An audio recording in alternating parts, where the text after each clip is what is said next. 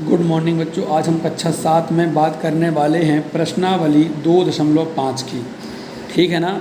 तो पहला हमारा सवाल है कौन बड़ा है। हमें ये जो 6 सवाल दिए हैं उनमें छोटे और बड़े को इंडिकेट करना है। जैसे पहला क्वेश्चन लिया है 0.5 और 0.005। देखिए यदि आपका जैसे ये पॉइंट लग गया ना तो हम इस संख्या के आगे चाहें तो जितने जीरो बढ़ा सकते हैं। जैसे यदि हम इसे ऐसे लिख देते हैं, मान लीजिए तो ये बन गया 0.50 और ये हो गया आपका 0.05। अब ये 50 है और ये 5 है तो बड़ा कौन होगा 50, इसलिए हमने इस तरफ और साइन लगा दिया। ठीक है। ऐसे ये 7 है और ये 0.7 है तो 7 तो भाई ये तो 0.7 है तो ये एक भी नहीं है ना, और ये 7 है तो ये आपका बड़ा हो गया। इसे हम कह सकते हैं 0.80। ठीक है। और ये है 0.88 तो इन दोनों बड़ा कौन कहलाएगा 88 आपका बड़ा होगा। तो इस तरह हमने चिन्ह लगा दिया। अगला सवाल है दशमलव का उपयोग करते हुए निम्नलिखित को रुपयों के रूप में व्यक्त कीजिए। अब पैसे को हमें रुपए के रूप में कन्वर्ट करना है तो पहले तो हमें ये मालूम होना चाहिए कि पैसे और रुपए के बीच में क्या संबंध होता है। तो देखिए 1 पैसे बराबर होता है 1/100 रुपये। क्या होता है 1 पैसे बराबर 1/100 रुपये। तो हमें 7 पैसे को रुपए में कन्वर्ट करना है तो 1 पैसे में होता है 1/100 रुपये तो 7 पैसे में होगा 7/100 रुपये। तो यहाँ 2 जीरो हैं तो ऊपर आपके 2 अंकों के बाद पॉइंट लग जाएगा तो 0.07 रुपये आपका आंसर हो गया। ठीक है। अगला क्या है 235 पैसे है। कहानी पूरी वही है कि 1 पैसे में होते हैं 1/100 रुपये तो 235 पैसे में हो गए 265/100, 100 से भाग कर दिए 2.35 रुपये। ठीक है। तीसरा क्वेश्चन आपके लिए होमवर्क है। करना क्या है सेंटीमीटर को मीटर एवं किलोमीटर में रिप्रेजेंट करना है। चौथा क्वेश्चन देखिए निम्नलिखित को किलोग्राम में व्यक्त कीजिए। हमें ये ग्राम में दिए हैं, इन्हें किलोग्राम में ले जाना है। तो जैसे ये हमारा ग्राम है और किलोग्राम में ले जाना है तो यहाँ पर ध्यान केवल ये बात रखनी होती है कि बेसिकली हमें करना क्या है। तो हमें यहाँ पे ग्राम को किलोग्राम में ले जाना है तो ग्राम और किलोग्राम के बीच में संबंध मालूम होना चाहिए। तो 1 ग्राम में होता है 1/1000 किलोग्राम तो 200 ग्राम में होगा 200/1000 यानी कि 0.2 किलोग्राम है ना। यदि यहाँ पे 400 होता तो 400/1000। यदि यहाँ मान लेते हैं अगला सवाल है 3470 तो 3470 ग्राम बराबर होता 3470/1000 किलोग्राम है ना। तो 3 जीरो है नीचे तो 1 2 3 यानी कि 3.470 ऐसे क्या है आपका पॉइंट लग जाएगा। ठीक है। अब 5वें का पहला देखते हैं निम्नलिखित दशमलव संख्याओं को विस्तारित रूप में लिखो। अब विस्तारित रूप तो बड़े से पहले पर यहाँ पे पॉइंट वाले हैं तो देखिए कैसे करेंगे। ये 20.03 है तो ये एक बार सीख लीजिए। आप यहाँ पे लिख रहा हूँ इसी दशमलव है। इस तरफ होता है इकाई, दहाई, सैकड़ा, हज़ार है ना। इस तरीके से बढ़ता रहता है। और दशमलव के जो बाद चालू होते हैं वो होते हैं आपके दशांश,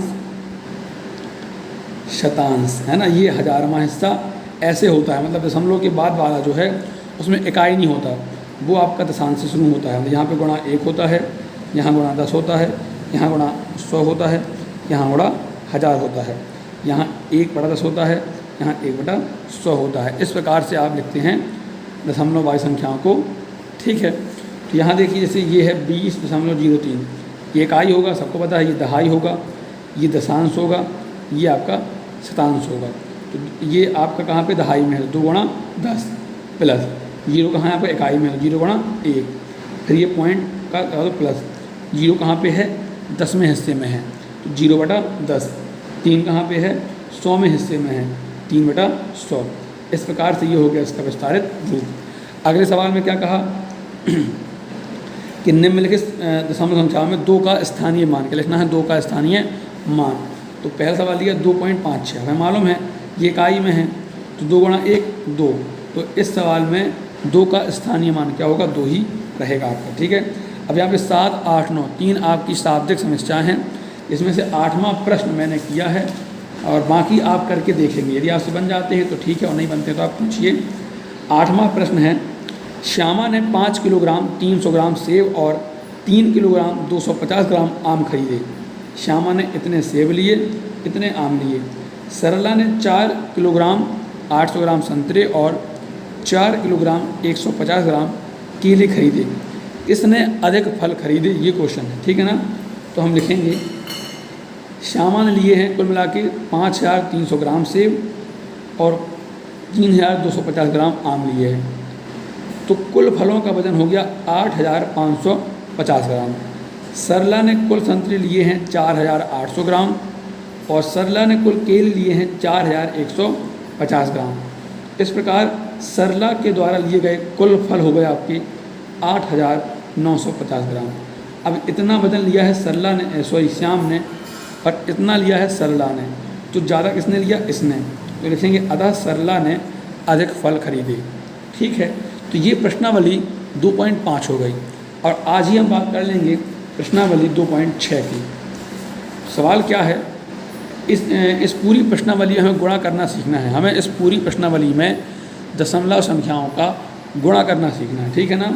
तो देखिए ये है सवाल आपके 7, मैंने किए हैं आपके 2, 0.2 गुणा 6, 6 दूनी 12 हासिल आई, 6 दूनी 12, 12 का 2 हासिल आई 1, फिर 6 का करेंगे गुणा 0 से 0 आएगा, 1 हासिल में तो 1 आ गया।